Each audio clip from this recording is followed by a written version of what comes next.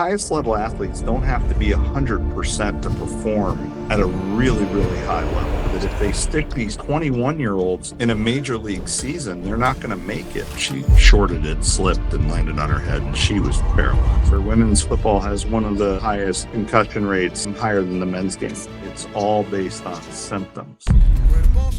Viva la cancha, where football is life. We want to be the most played game in the United States. For me, this is the greatest sport in the world. Connect the world, religions, faith, beliefs.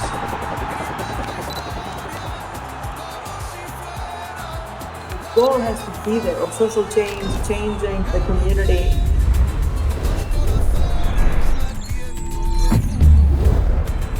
Can throw a name out there. There's a player who's now almost considered he's definitely one of the best in the world, but he's now considered probably top 5. He's 17 years old. His name's Lamine Yamal and plays in Barcelona. He just played last summer at one of the biggest sports competitions, the Euros. He's now completed a full season almost from August to now. He's gone deep. He's deep into May. And he has an opportunity to play again in the summer. Is that too much for a 17-year-old to be dealing with? Great question. I would say that if he's going to play, full out, full schedule all summer, I would say that's a lot. And does that have some long-term negative effects on him? What does he have to prove? What is the benefit to him of playing? He's already proven it. He's top 5 in the world. And I would look at that young man and say, what do you possibly have to gain? What is the benefit? There's no lack of opportunity for this young man. There's more risk of injury without any real benefit to him. The risk and benefit profile is not, the risks and the benefits don't match. So I would say to say he couldn't play at all, I don't know that I would go that far, but I would say a much reduced schedule with much more recovery time. Let his body recover. Give him some time off, at least between seasons.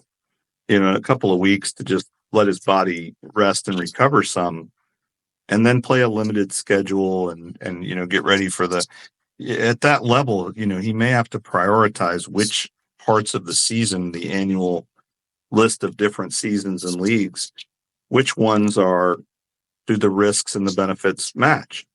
And is there a benefit to him in not playing 3 seasons in a year and limiting that a little bit? And I would say that at 17, there's probably a good reason for him to take a break from that. I don't know him. I've never seen him, but I would hate to see somebody with that much skill have an injury in his teens that limits his ability in his 20s. He probably hasn't even played his best ball, and his body's still developing. I mean, imagine what that young man could do if he gets 10 years worth of a run at this. And, could be one of the best that ever played. He has that kind of potential. I mean, he has historic potential, generational potential that, but if he gets injured or has issues, you're taking that away from him potentially. Dr. Dugas, I didn't know. That's a great question, Matt, because, you're right. This guy is Lamine Yamal, 17 years old, a very promising figure, perhaps could be one of the greatest soccer players. You're right. But at the same time, I think you have to face with the reality of sponsors, right? If he doesn't play, then sponsors may not be willing to support the team. I guess there's a lot of, it's a business. But I guess it is very difficult for a player to say, okay, I'm not playing this for the next week or so, when you have a coach and sponsor that highly depend on your ability to play. So my answer to that is always, I have the blessing of not working for the team. I'm not employed by the team. Right. I don't have any, don't get me wrong. I want what's best for the team, but my responsibility is to the person standing in front of me, not the team. And I actually say that to people. I was with a professional this morning, and the team person was there, and the team wants me to make decisions for what's best for their assets. Any team sees their players as an asset. And if I'm giving them advice for what's best for their asset, they can't be upset with me. And I have to think of what's best for the athlete first, not the team. And when you make decisions that way in my role, you typically are making the right decision. When you make decisions for the team first, you're ultimately not doing your job in my job. You have to prioritize the athlete. Wow. We got the Brazilian friend. Junior, you've been very quiet. Our Brazilian, by the way, Junior, as I said, Dr. Dugas is our one of the producers and editors from Brazil. I'm from Argentina, by the way. So I have to respect my Brazilian friend here who has won 5 World Cups. But anyways, Junior, you've been very quiet. Anything to ask Dr. Dugas? I'm soaking it all in, but I do have a question on the developmental side and CTE for soccer, especially. Like growing up, I wasn't a big fan. I would do it if it was like a clear opportunity, but I wasn't one of those guys that no matter what, I'm heading the ball. But I had friends, even at 12 years old, they're going, especially defenders, they're going all in. And it you can feel it. It's like, dude, there's no way. How did you just head the ball like that? So on the developmental side in CTE, I know CTE is not something that as of right now we can detect. But what are I know they're not good consequences, but like for instance, the 17-year-old, what are like how can we mitigate Mitigate the risk. Yeah. It's a good question. You know, the women have it worse than the men. In the women's game, the ball spends more time in the air. And so women's soccer, women's football has one of the highest concussion rates, higher than the men's game. And it's, I think, second only to American football. Wow. At least in our country, it is. And so we really are trying to protect the women. There are caps that have been made, skull caps, and there are different kinds of strategies, headbands, things like that to decrease the risk.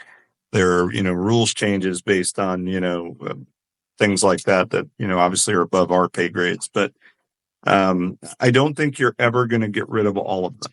I think if your goal is to get rid of concussions and head injuries completely, you'd have to stop the sport. And there's no way to completely undo that.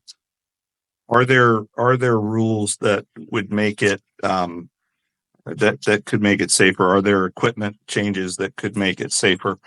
Yeah, I mean there probably are, and I think as technology improves and things like that, we'll see more and more of that. Our detection will get better. There are some various technologies that are detection.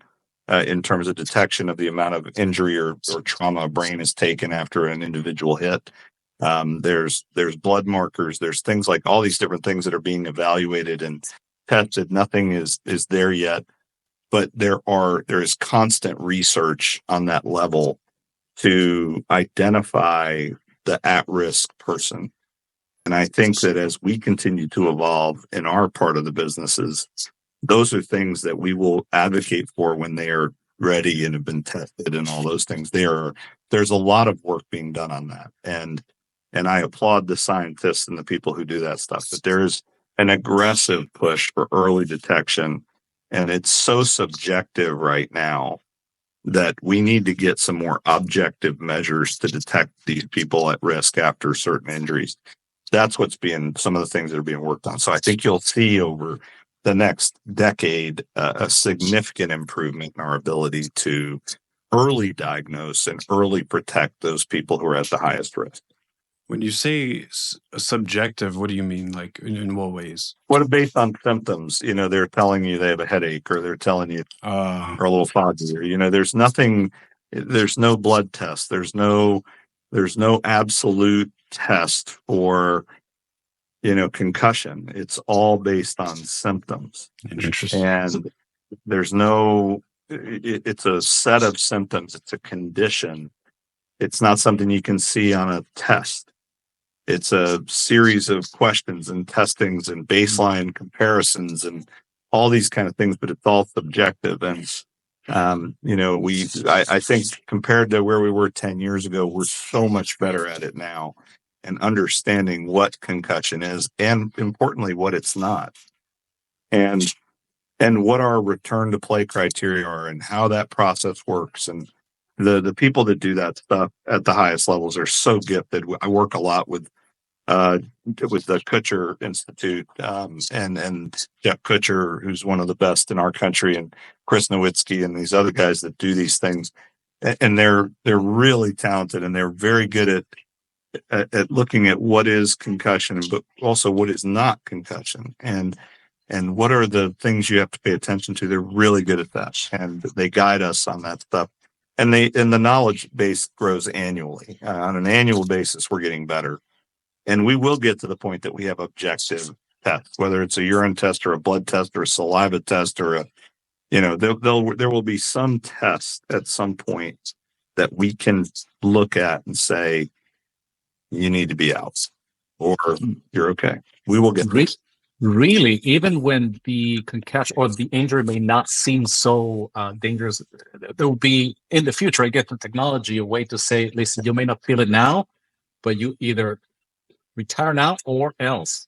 Yeah, there's going to be improved ability, and I can't tell you what the time frame on those things are, but they're being worked on, and the ideas are continuing to evolve. The ability to detect changes in things in the body are constantly evolving, and there will be technology advances that allow for that kind of objective measured testing at some point. Has there ever been anything in your experience, like, can you talk about something, and even maybe like surgically, that has changed completely from when you first started to now, and how long that process took? Oh gosh, yeah. Just in looking at MRIs and things and what we could see, the ultrasound, when I started, dynamic ultrasound wasn't even invented. We weren't using ultrasound for musculoskeletal stuff. I use ultrasound all the time to look at ligaments and things moving in real time and being able to see it under stress. MRI is one moment in time, and it's a really valuable test, but it's so sensitive. Ultrasound, I can use it dynamically, and I can see things moving and follow them and watch what they're doing under stress, which makes it good too. You can't really see so much of that in an MRI. So there's all kinds of things that we can do better. Our ability to surgically repair things, the technology and anchor technology, suture technology, guidance technology, all these things have improved and are constantly evolving. What is, with your, you've been UFC, WWE, soccer, football, what's the gnarliest injury you've ever seen? Or story where it's like, thankfully I don't deal too much with the gnarly, knee dislocations. When you actually dislocate the whole knee, those can be particularly bad because you can risk the blood vessel and the nerve. People can end up with a foot drop. They can end up losing their leg if you disrupt the blood supply and you don't get it back quickly. So some of these things are a matter of early detection, but those are among the most ominous sports injuries. Knee dislocations are pretty bad. One of the worst injuries I've seen, and I've been very fortunate, I'm knocking on my desk, that I have not had to deal with on the field of play a serious neck injury, a paralysis level thing. I've been fortunate not to deal with that. I had an athlete at one of the colleges that I cover who, in a play, he was a defensive player, and he made a tackle and he avulsed one of his cervical nerve roots off of his spinal cord. And that was kind of an ominous injury. He never regained his muscle function. He had a nerve graft that worked some, but he never regained the function in his arm. And, just making a tackle. And I had a college kid at the same, different college, actually. She was warming up to be in a softball game, and she was previously a cheerleader, and she did a backflip in the outfield just as part of a warm up, and she shorted it, slipped, and landed on her head, and she was paralyzed. Huh. But I was fortunate I wasn't there when it happened. But those are ominous injuries, and sport is sport, and there's things that can happen. But I think in general, all of us, coaches, players, athletes, trainers, everybody, the medical people, we do a good job of mitigating those types of problems. Dr. Dugas, I think, and I know that our audience is combined with, obviously, it's a combination of athletes, parents, kids. I mean, they're listening to you and perhaps are learning what they need to do and what they don't need to do. And especially parents, right? Sometimes we as parents, we push our kids to really get into sport and make sure that they are the best players. But we got to think more about, I think, at least I'm just speaking for myself, on the aspect of health and safety whenever they play on the field. That has been a good advice. Thank you so much, Dr. Dugas, for joining us. Matt, anything that you want to add, or Junior? No, very much appreciate your time. I have questions for days, but no. All right, me too. Well, reach out. We can talk offline. I'm happy to talk. Dr. Dugas, before we let you go, I know you're busy today. I want to bring someone on the show. She is Viva Deportes and Media. We call her the boss lady. So we're going to bring Nichelle Gainey here on the show. Nichelle, are you already on the show? Yeah, you are here. Yeah, I'm on. I just, guys, this has been just a informative conversation. As a former athlete, as a swimmer, people always think that being a swimmer is not being an athlete, in anything else. And I just want to tell you, thank you for being on the show. There's so many things that we're touch points that is necessity to have you back. Like one, I was wanting to be an orthopedic surgeon. My background is chemistry. I also artificial intelligence.